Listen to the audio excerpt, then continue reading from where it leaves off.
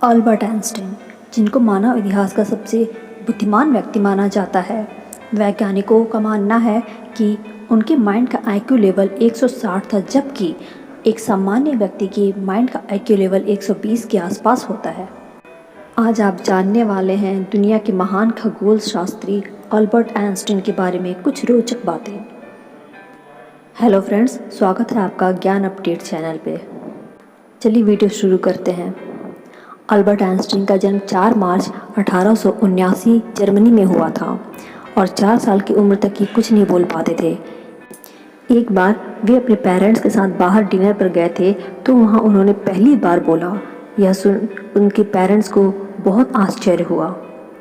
कहा यह भी जाता है कि जब वे पैदा हुए तो उनका सर बाकी बच्चों की तुलना में ज़्यादा बड़ा था।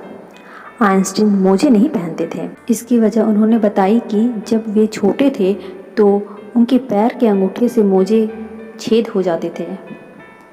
अल्बर्ट आइंस्टीन की याददाश्त बहुत कम थी, जिसके चलते वे अपना टेलीफोन नंबर भी याद नहीं रख पाते थे और वे कहते थे कि जो चीज़ 2 मिनटों में किताब में ढूंढी जा सकती है उसे याद क्यों करूं। यहाँ तक कि एक बार जब वे ट्रेन से प्रिंसटन से कहीं जा रहे थे तो टिकट कलेक्टर ने उन्हें टिकट दिखाने के लिए कहा और वे अपनी जेब में बैग में टिकट ढूंढने लगे, क्योंकि वे भूल गए थे कि उन्होंने टिकट कहाँ रखा। तो टिकट कलेक्टर ने उनको कहा, कोई बात नहीं, आपने टिकट तो लिया ही होगा। लेकिन हैरानी की बात यह है कि जब टिकट कलेक्टर पूरी ट्रेन के डिब्बे में टिकट चेक करने के बाद वापस आया तो उसने देखा आइंस्टीन तब भी टिकट ढूंढ रहे थे। तब टिकट कलेक्टर ने उनसे कहा, कोई बात नहीं, आप बेफिक्र होकर सफ़र करिए, हम आपसे टिकट नहीं मांगेंगे। तो आइंस्टीन ने जवाब दिया, वो तो ठीक है, पर मुझे खुद भी तो पता चलना चाहिए कि मुझे जाना कहाँ है। जैसा कि मैंने आपको पहले भी बताया कि आइंस्टीन की याददाश्त थोड़ी कम थी और आपको यकीन नहीं होगा कि एक बार वो अपने घर का ही पता भूल गए थे। जब वे एक कैब में बैठे तो उन्होंने ड्राइवर से पूछा, क्या आप आइंस्टीन का घर जानते हैं? तो ड्राइवर ने बोला, हाँ, प्रिंसटन में कहीं है। तो उन्होंने कहा कि आप मुझे छोड़ दें, क्योंकि मैं ही आइंस्टीन हूँ और अपने घर का पता भूल गया हूँ। एक बार एक साइंटिस्ट ने उनको उनके सबसे ज़रूरी उपकरण के बारे में पूछा तो उन्होंने अपना फाउंटेन पेन दिखाया। आइंस्टीन एक महान वैज्ञानिक थे, परंतु अच्छी तरह से काम करने के लिए वे अपने आराम में कोई कसर नहीं छोड़ते थे, इसलिए वे पूरे 10 घंटे की नींद लिया करते थे। अल्बर्ट आइंस्टीन का विज्ञान की तरफ रुझान तब हुआ जब उनके पिता ने उनके लिए एक कंपास ला कर दिया और वे एक अदृश्य एनर्जी को देखकर हैरान हो गए थे कि यह कैसे काम कर रहा है। बस यही उनके विज्ञान की तरफ का पहला कदम था। अल्बर्ट आइंस्टीन लेफ्टी थे। इनका जन्मदिन 14 मार्च को पूरी दुनिया में जीनियस डे के रूप में मनाया जाता है। आप में से बहुत लोग सोच रहे होंगे कि अल्बर्ट आइंस्टीन को नोबेल पुरस्कार थियरी ऑफ रिलेटिविटी के लिए दिया गया था, मगर मैं आपको बता दूं कि इनको थियरी ऑफ रिलेटिविटी के लिए नहीं बल्कि फोटो इलेक्ट्रिक इफेक्ट के लिए यह नोबेल पुरस्कार दिया गया था। आपको बता दूं कि 1905 से पहले क्वांटम थ्योरी ऑफ लाइट को ही सही माना जाता था, जिससे सबको लगता था कि लाइट एक वेव के फॉर्म में होती है।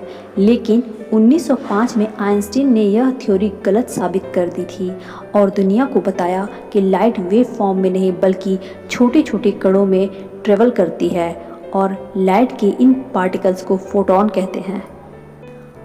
अल्बर्ट आइंस्टीन को संगीत से बहुत प्रेम था, इसलिए बचपन से लेकर बुढ़ापे तक अपने पास एक गिटार हमेशा रखते थे और वे मोजार्ट का संगीत सुना करते थे।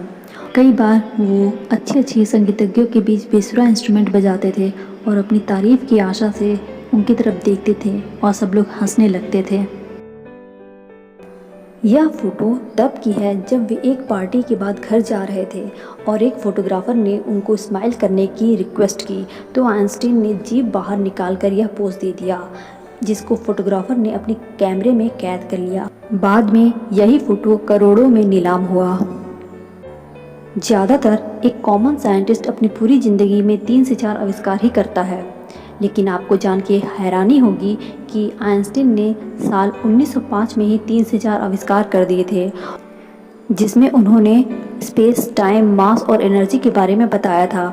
इसी वजह से इस साल को मिरेकल ईयर ऑफ साइंस भी कहा जाता है। आपको बता दूं, वैसे तो अल्बर्ट आइंस्टीन के नाम तकरीबन 50 पेटेंट दर्ज है, लेकिन उनकी सबसे प्रसिद्ध खोज E=mc² है। बाद में इसी थियोरी का सहारा ले नए वैज्ञानिकों ने परमाणु बम का शोध किया था। चाहते तो परमाणु बम को आइंस्टीन भी बना सकते थे, लेकिन यह विनाशकारी और मानव जाति के लिए घातक हथियार था, इसलिए उन्होंने इस काम को करने से मना कर दिया।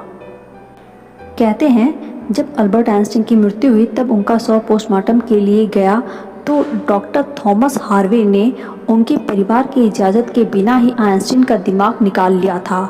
उसके बाद 1975 में उनके बेटे हंस की इजाज़त से उनका दिमाग 240 भागों में विभाजित किया गया और अलग अलग साइंटिस्ट के पास रिसर्च के लिए भेजा गया, जिससे पता चला कि 75 साल की उम्र में भी आइंस्टीन के दिमाग के न्यूरॉन्स नर्व्स एक जवान व्यक्ति की तरह थे और उनके माइंड में एक सामान्य इंसान से ज़्यादा न्यूरॉन्स था। उनकी एक विद्यार्थी थी जिसका नाम मिलिबा मरी, जिनसे अल्बर्ट आइंस्टीन की एक बेटी पैदा हुई और वो भी शादी से पहले।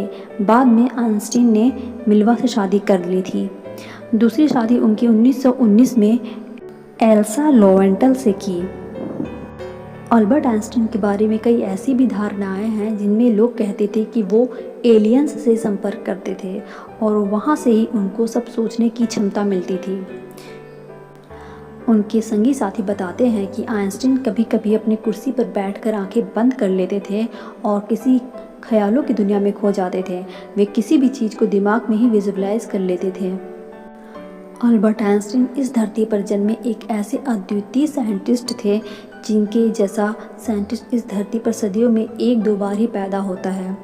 जो भी हो, लेकिन आज वे धरती को बहुत कुछ देकर गए हैं और हमारी पृथ्वी पर होने वाली बहुत सी भौगोलिक क्रियाओं का रहस्य खोल कर गए हैं। विज्ञान में उनके इस अनमोल योगदान को हमेशा याद रखा जाएगा। तो ये था ग्रेट साइंटिस्ट अल्बर्ट आइंस्टीन के बारे में कुछ रोचक तथ्य।